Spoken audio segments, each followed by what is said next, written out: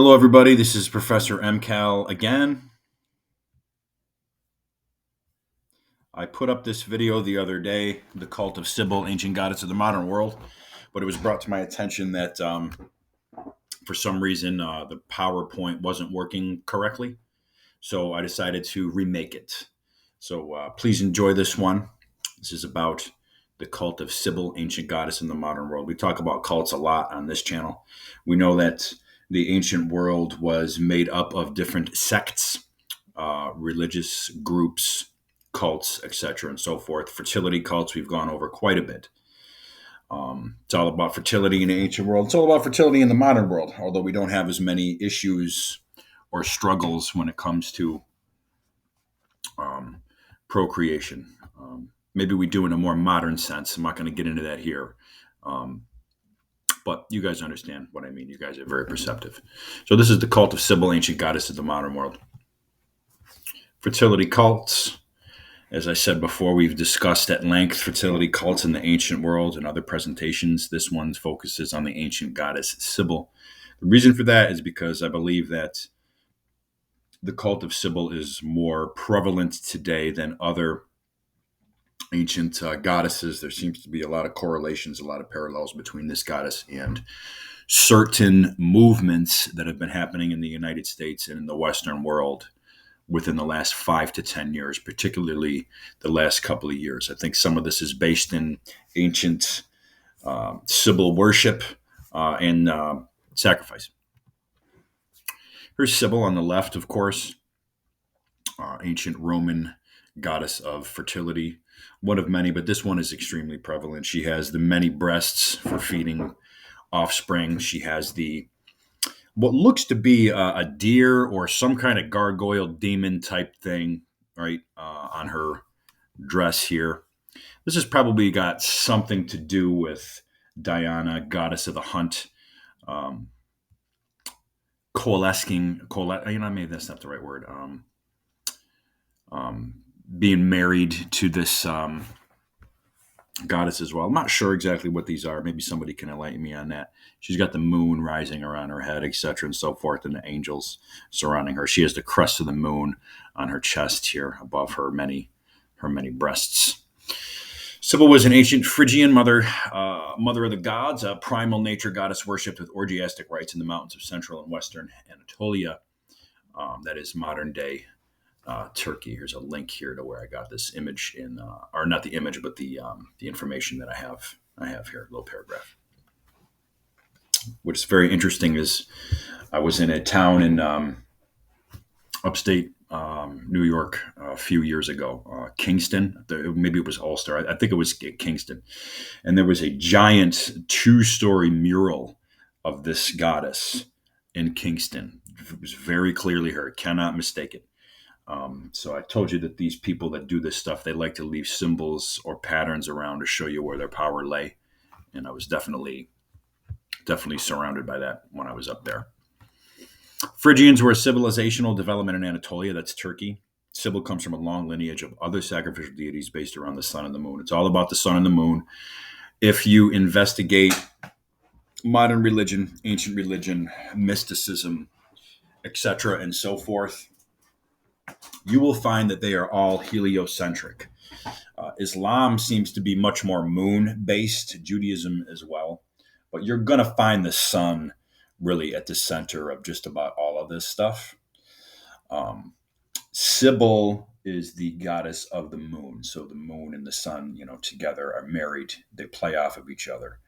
You can't really, have one here without the other on the earth. It seems.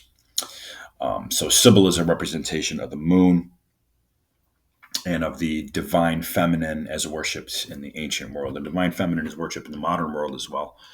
Although I don't think that it's a uber healthy or uplifting version of it. There seems to be a wickedness to it and negative connotations associated with it. The Inari. The Inari were an ancient priesthood, a male priesthood, that would sacrifice their own genitals to the goddess Cybele. act like women, dress like women, live their lives as women after they were castrated or made to be a eunuch. Does this sound familiar at all? Certainly sounds familiar to me. It sounds very close to things that are going on today. There's a new priesthood um, developing, or a new lineage of this kind of practice of genital sacrifice or becoming the opposite sex. Um, that's extremely prevalent in the United States, and in Europe and in the Western world today. It's going on left and right. We've all seen it. This comes out of the ancient world. This comes out of the ancient priesthood of the Inari. I don't think that all the people that are doing this are, aware of this, of course, but what these people do, what the entity does, is they get people to think things into happening, and they get people to autonomously make sacrifices unbeknownst to what they're actually doing. This form of worship, as I said, is still dominant today. It's much more hidden today, but it's hidden in plain sight, really. Um, you might be looking around you wondering why this stuff is happening, what is going on, what is the point of this, who is making this happen, and here's maybe not the complete picture, but this will direct you towards an answer. Worship of the divine feminine's always been a driving force behind the development of religious rites and civilizations. It is no different today. We're seeing a return to a much more extreme form of this fertility worship and ancient goddess worship in uh, the form of castration and um, what's the word I'm looking for? Um, turning into the opposite sex, emasculation, sacrifice of the genitals, sacrifice of bodily fluids, etc., and so forth. It's all about this goddess here. She has this. I believe this is actually Ishtar. She has the owls. So the owls are all knowing. They can see at night. They can see in the dark. They can see during the day. This probably ties into a little bit of the Bohemian Grove owl, the owl on the dollar bill, stuff that I'm sure that you're all very aware of. Ritualistic offerings. Now, March 5th to May 1st is the pagan ritual sacrifice season. You're supposed to return blood to the earth mother Gaia so that the rains will come, fertilize the earth, and the earth will grow. The invasion of Iraq, for example, started in 2003. The major combat operation started on the 5th of March and ended on May Day, which is coincidentally the day that Hitler died. May 1st is known as May Day, and that is the spring sacrificial season. So during this season, March 5th to May 1st, you're going to see wars, bombings, terrorist attacks, Hollywood celebrity deaths, etc., and so forth. You're going to see a lot of carnage during this period every year. It's going to come up again in 3 or 4 months. It'll start again. So pay attention to what's going on from March 5th to May 1st, and then you can make an assessment um, on whether or not you think it's actually happening, which it is. And I think if you have eyes to see, you will find it. That is the pagan ritual season of sacrifice, and they like to concentrate fertility rituals, rites, sacrifices to the moon, etc. during this period. It's all about phases of the moon. Everything is done in civilizations according to the phases of the moon.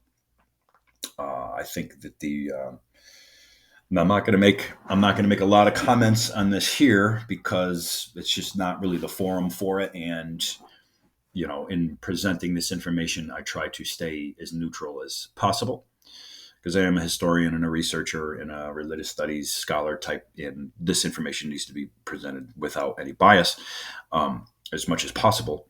So during the conflict in the Middle East that's currently happening, I think you all know what I'm talking about. The week that started, there was both a full lunar eclipse and a full solar eclipse, and the Friday of that week happened to be Friday the 13th. This all happened in the same week when this conflict began. This is a modern picture. This is a recent picture of um, this priesthood that is developing in conjunction with modern Gaia or Earth Mother worship. Now, that comes in the form of climate justice initiatives today. It is a form of Gaia worship. These people here look like the Pythia from ancient Greece, the oracle at Delphi, where you would go if you wanted to see the future or get your fortune, etc., and so forth. One, Alexander the Great, went to the Pythia and asked her if he was going to be the most successful general ever. She wasn't giving him the answers that he was looking for, so he started pressuring her. And finally, she said, "Okay, you will never lose a battle." And he goes, "Hey, you guys hear that? You hear that? All right, let's go. Let's go." Right. There's a million different stories with the Oracle at Delphi, the Pythia, as she's known.